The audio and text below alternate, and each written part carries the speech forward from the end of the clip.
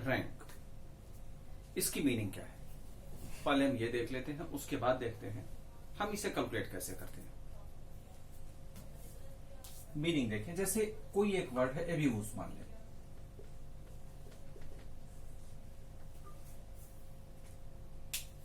Abuse में जो 5 words use हुए हैं, 5 अल्फाबेट्स यूज हुए हैं, ABUSE, ABUSE से जितने वर्ड्स अभी तक बने हैं उनमें एब्यूज की रैंकिंग, एब्यूज की पोजीशन क्या है, इसी को रैंक कहा जाता है।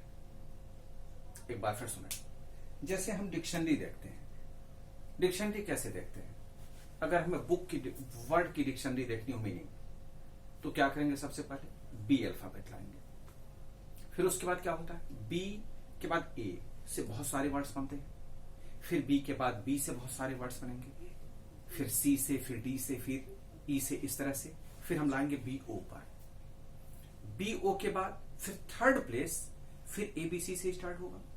जो मैं वर्ड्स यूज कर रहा हूं ध्यान से सुने, थर्ड प्लेस पर भी हम फिर O ले आएंगे, फिर फोर्थ प्लेस पर फिर ABC से स्टार्ट होगा, फिर हम K तक जाएंगे, तब हमें वो वर्ड मिलेगा।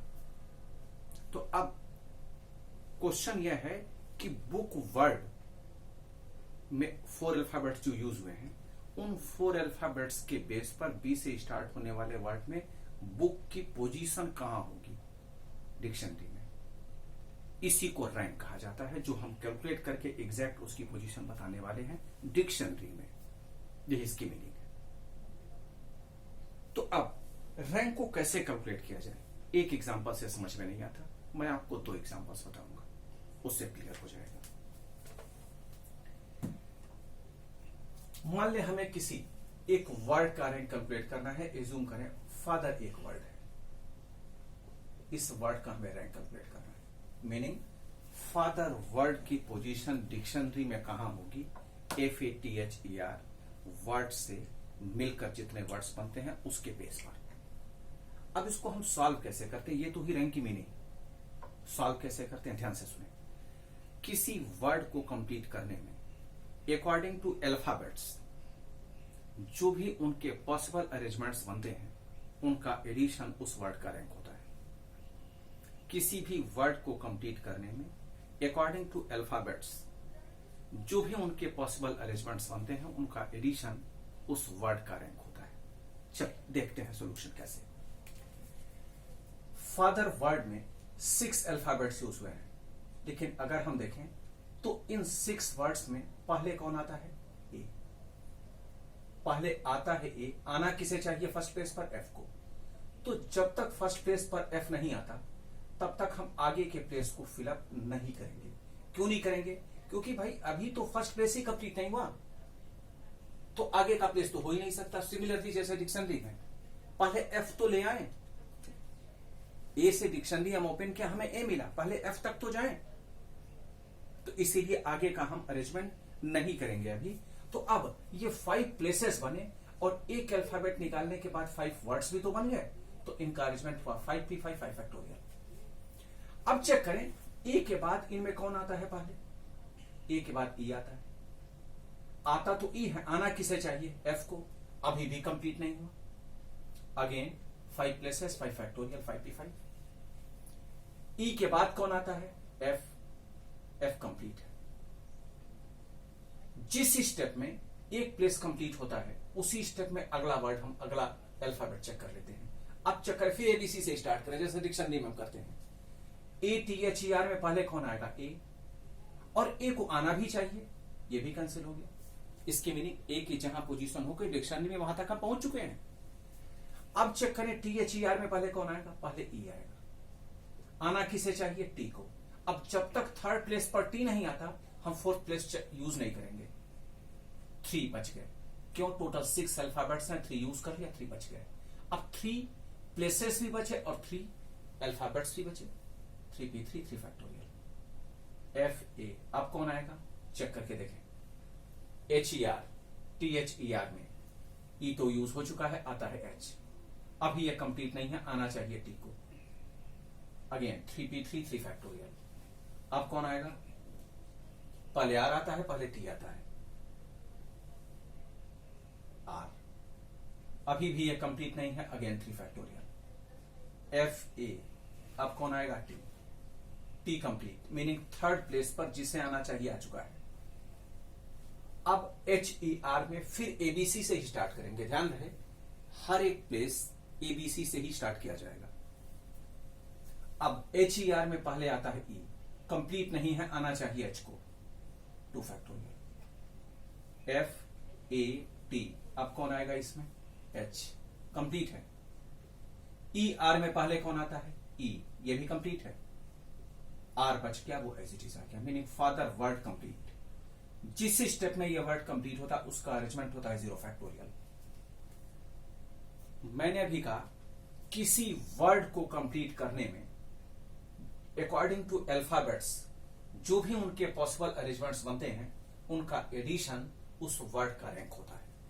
तो अब 5 फैक्टोरियल की value 120, 5 factorial 120, 3 factorial 6, 3 factorial 6, 3 factorial 6, 2 factorial 2, 0 factorial 1। इनका एडिशन जो भी वैल्यू बताता है वही इसका आंसर होगा। तो यह हुआ 240 और 18 और 20, 240 प्लस 20,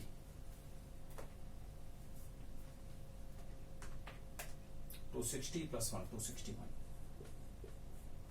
फादर वर्ड में जो अल्फाबेट्स बने हैं, अगर हम एफ से स्टार्टिंग होने वाले वर्ड्स को चेक करें तो डिक्शनरी में इसकी 261 पोजीशन होगी। ये इसकी मीनिंग है और ये परमुटेशन के अकॉर्डिंग इसका सोल्यूशन। जब भी आप इस वीडियो को देखेंगे तो हो सकता है इस एक सोल्यूशन के बाद आपको 25% समझ में आया, इससे अधिक नहीं। कुछ एक और एग्जांपल्स देखते हैं, फिर अच्छी तरह से आ जाएगा।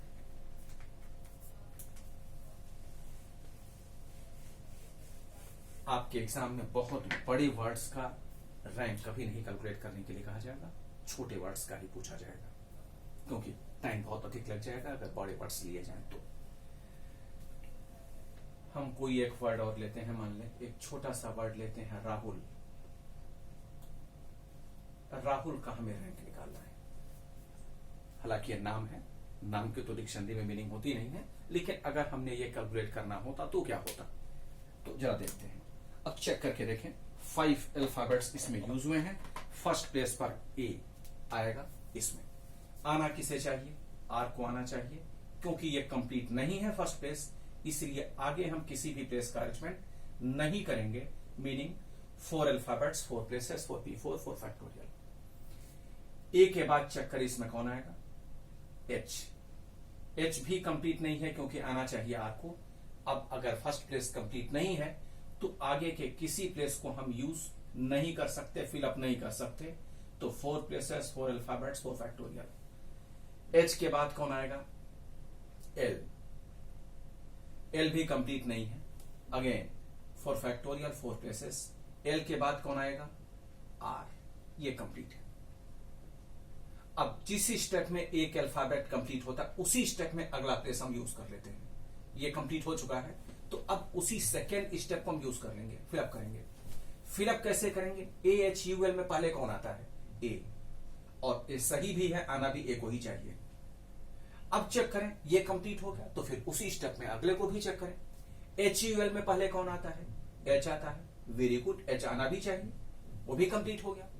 फिर इसी स्टेप में अगला भी करें, जब तक ये फिलअप होता जाए करेक्ट वर्ड के साथ एल आएगा, यू आना चाहिए। इसकी मीनिंग एक प्लेस केवल बचा, 1 factorial. R A H, U L में पहले यू आता है, कंप्लीट। अब आ जाएगा एल, राहुल वर्ड कंप्लीट। जिस स्टेप में वर्ड कंप्लीट उसका अरेंजमेंट 0 फैक्टोरियल। 4 फैक्टोरियल होता है 24, 4 factorial 24, 4 factorial 24, 1 factorial 1, 0 factorial again 1। तो यह हुआ 24 इंटू 3 72 प्लस 73 74। इस वर्ड का रैंक 74 होगा। 74th पोजीशन पर राहुल वर्ड होगा अगर हम इन्हीं अल्फाबेट से जितने पॉसिबल वर्ड्स बनते हैं उनकी पोजीशन सेट करें तो। बहुत सारे स्टूडेंट्स ये सोच रहे होंगे कि भाई अगर वर्ड्स रिपीट हो तो क्या होंगे, अल्फाबेट्स रिपीट हो तो क्या करेंगे? ऐसे भी तो वर्ड्स बनते हैं, उसे भी चेक कर लेते हैं।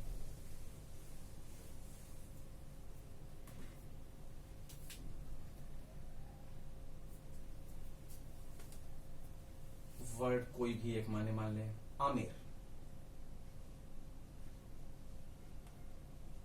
आमिर, ये रिपीट हो रहा है। देखिए रिपीटिशन की मीनिंग ये दो है, प्लेसेस ये दो डिफाइन किए जाएंगे, अरेंजमेंट एक का ही करेंगे। अभी मैं आपको बता रहा हूं कैसे। जैसे दो बार वही अल्फाबेट नहीं आएगा स्टार्टिंग का, लेकिन प्लेसेस तो दो डिफाइन करेंगे ना, क्योंकि आमिर वर्ड बनाने में दो जगह ये होना चाहिए, फर्स्ट प्लेस पर भी, सेकंड प्लेस पर भी। इसके भी दो एग्जांपल्स मैं बता रहा हूं जिससे और अच्छी तरह क्लियर हो जाए। अब जरा देखें, इसमें फर्स्ट प्लेस पर कौन आएगा? ए आ चुका। ए आ चुका की मीनिंग ए के कंप्लीट हो गया। अब ऐसा नहीं है दूसरा ए हम डायरेक्ट मान लें, नहीं, क्योंकि दूसरे प्लेस पर ही आने चाहिए ही। अब फिर हम चेक करेंगे सेकेंड प्लेस AMIR में से कौन आएगा? ए ही आना चाहिए, कंप्लीट है। अब चेक करें MIR में पहले कौन आता है? आई, ये कंप्लीट नहीं है। आगे बचेंगे दो प्लेसेस, 2 फैक्टोरियल। अगला AA, MIR में पहले कौन आएगा? M, ये कंप्लीट है। MIR के बाद आई के बाद M आएगा, M कंप्लीट है। अब अगर ये कंप्लीट हो चुका है तो उसी स्टेप में अगला भी फिलअप करना चाहिए। IR में पहले आई आता है, ये भी कंप्लीट। R, वर्ड कंप्लीट एक ही स्टेप में, 0 फैक्टोरियल। तो 2 फैक्टोरियल में 2, 0 फैक्टोरियल 1, तो इनका एडिशन आएगा 3। आमिर वर्ड की पोजीशन इन अल्फाबेट्स को मिलाकर थर्ड पोजीशन इसकी बनेगी। रिपीटिशन का एक और एग्जांपल, सीमा। इस वर्ड का रैंक क्या होगा?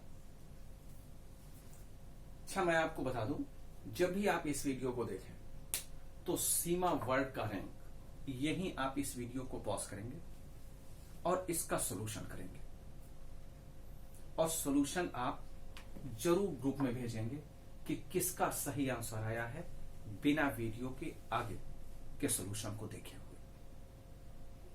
नहीं आएगा तब वीडियो देखना, क्योंकि ये वर्ड ऐसा है जिसको हर बैच में मैं ये पूछता जरूर हूं, और शायद ही एक दो स्टूडेंट्स ऐसे होते हैं जो फर्स्ट अटेम्प्ट में इसका आंसर बता पाते हैं। गलतियां हो जाती हैं, देखते हैं कैसे और कहां गलतियां होती हैं। जब सॉल्यूशन आप देख लेंगे फिर तो लगेगा वो बड़ा इजी है।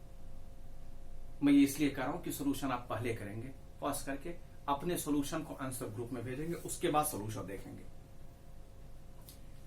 देखें, सीमा वर्ड है, 5 अल्फाबेट से बना है वर्ड। सबसे पहले आएगा ए, इसमें आना चाहिए एस को, मीनिंग एस क्योंकि नहीं आया है, 4 प्लेसेस बन गया, कंप्लीट नहीं है। 4 अल्फाबेट्स भी हैं, इनकरेजमेंट 4 फैक्टोरियल। लेकिन जरा देखें, ए जब फर्स्ट पेज पर यूज हो चुका है तो बचे कितने अल्फाबेट्स? SEEM, SEEM, 4 अल्फाबेट्स जो बचे, क्या उसमें ई 2 बार रिपीट नहीं हो रहा है?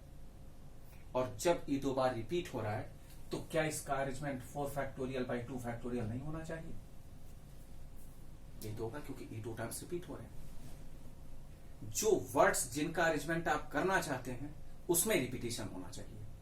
आमिर में था तो, लेकिन ए तो पहले यूज हो चुका, तो रिपीटिशन का तो किस्सा ही खत्म हो गया, इसीलिए वहां हमने यूज नहीं किया था।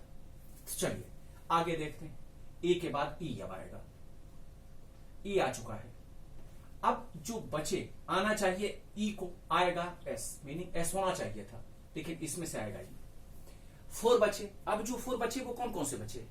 AESM, ये 4 बचे। इसमें कोई रिपीटिशन नहीं है, AESM। तो अब जिसमें कोई रिपीटिशन नहीं है तो इसका डायरेक्ट आप लिखेंगे 4 फैक्टोरियल। अब मैं यही आपको बताना चाहता था कि एक बार जब ई आ गया तो दूसरी बार ई का अरेंजमेंट फिर नहीं करेंगे, नहीं, एक बार हो चुका है। प्लेसेस तो डिफाइन होंगे, थर्ड प्लेस, सेकंड प्लेस और थर्ड प्लेस, लेकिन 2 बार इनका अरेंजमेंट नहीं करेंगे। एक बार ही हो गया, मान लिया गया, क्योंकि दूसरी बार ई की मीनिंग ही नहीं है। अच्छा, अब कौन आएगा ई के बाद? M, कंप्लीट नहीं है, आना चाहिए एस को, तो जब तक एस नहीं आता अगला प्लेस हम यूज करेंगे नहीं। अब M जब आया तो फिर जो 4 अल्फाबेट्स बचे वो कौन कौन से बचे? AEES, ई फिर 2 बार हो गया, तो एक बार फिर 4 फैक्टोरियल बाई 2 फैक्टोरियल। अब M के बाद कौन आएगा? S, ये कंप्लीट है। अब EEM चेक करें, पहले कौन आएगा? A आएगा, आना किसे चाहिए था, ई को, कंप्लीट नहीं है। फिर 3 अल्फाबेट्स बचे, 3 प्लेसेस। जो 3 बचे वो कौन कौन से बचे, ई एम। तो again 3 factorial divided by 2 factorial, क्योंकि ई 2 टाइम्स है। अब कौन आएगा, एस ई यूज हो चुका, ए की यूज हो चुका है सेकेंड प्लेस पर। इसकी मीनिंग ये नहीं कि थर्ड प्लेस पर भी आप ले आए, नहीं। अब थर्ड प्लेस पर फिर एबीसी से स्टार्ट होगा, मीनिंग ई एम ए में से कोई स्टार्ट होगा। अब चेक करें कौन आएगा पहले, ए, क्योंकि ई अरेंजमेंट में एक ही बार यूज करेंगे, प्लेसेस तो 2 बनने हैं ना, क्योंकि सीमा वर्ड को हमें बनाना है। तो एक जगह आई, दूसरी जगह नहीं माना जाएगा जब तक आप उसको डिफाइन नहीं करेंगे। ए कंप्लीट नहीं है। अब यहां जो 2 ही बचेंगे, ई और एम, तो डायरेक्ट 2 फैक्टोरियल, एस ई। अब कौन आएगा, ई कंप्लीट है। एम ए में पहले कौन आएगा, A, single place 1 factorial, S E M complete, A word complete 0 factorial. Rank calculate करने के लिए जितने पॉसिबल अरेंजमेंट्स बनते हैं उस वर्ड को कंप्लीट करने के लिए, उनका एडिशन उस वर्ड का रैंक। तो इसकी मीनिंग 4 फैक्टोरियल होता है, 24/2 मीनिंग 12। ये हुआ 24, ये हुआ 12, ये हुआ 3 फैक्टोरियल बाई 2 मीनिंग 3, ये हुआ 2 1 1।